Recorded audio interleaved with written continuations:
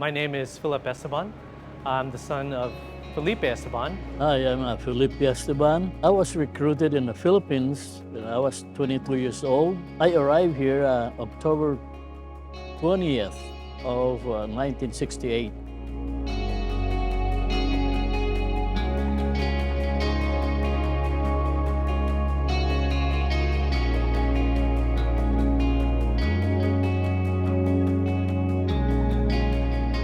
It was a big change in my life. It started here in NTC, just a bunch of recruits, scared like hell. We used to come here and eat in this area. After training, they put me in a Class A school for being a steward. After that school over here, I was sent to Honolulu, Hawaii. I went on board a World War II type destroyer, USS Walker. 517. I just kind of look like I'm lost.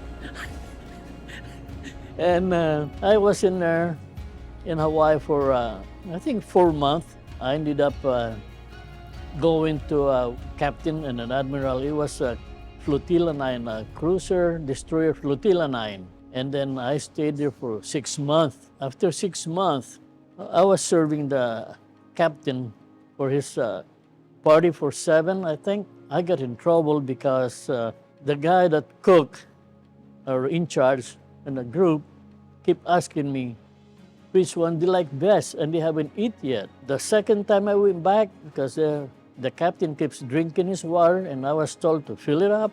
So he asked me, what did they like most? And I said, the water. So then he got mad at me, and all the guys, or 7 in the group, were laughing. I was just telling the truth because he kept asking me. He said, Esteban, go pick up your orders, go to the personnel office. I knew it going on board a ship and it's leaving for Vietnam tomorrow. That's what I did. I mean, I don't have any choice. And then I spent 2 years on that job, and then I was sent back here in San Diego for my last duty. When I got my orders, they sent me to the Midway, USS Midway. I ended up joining a JROTC program called Sea Cadet. I was part of the USS Parche Division, which is based out of ASW, the anti-submarine warfare, just right outside of NTC. We used to march down Historic Decatur all the way down to this building, which was the chow hall back then. And I always loved the through lines because this is where my dad used to come to eat chow. And as we were walking up to the building this morning, he was talking about just right outside by the boat is where they would all line up to get into the chow hall. You know, when I started cooking over 20 plus years ago, I never thought that there would be this kind of full circle moment. I was just kind of a young kid from Morris High School, Paradise Valley, but I ended up going to culinary school. Worked in a lot of places all over the country, San Diego, the West Coast, East Coast, and I never really cooked Filipino food. And what happened was, at that time, there was no one that kind of looked like me in culinary school. And so I just kind of cooked modern American food. And it wasn't until about maybe 10 years ago, I started to kind of explore my own heritage and understand my own culture through food.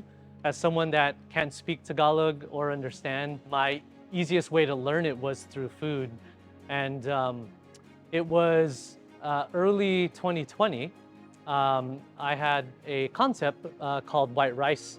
We were just doing delivery. Through that, we were able to provide over 250,000 meals to families in need. So after 20 plus years cooking, I never realized that my first restaurant ever in San Diego, I've opened up dozens for other groups and other hospitality restaurants, but not for myself. And my first one was here in this same food hall where I came as a child and where my father came as well. And so it was a story that, you know, actually our first time telling this story, but just very excited about that through line.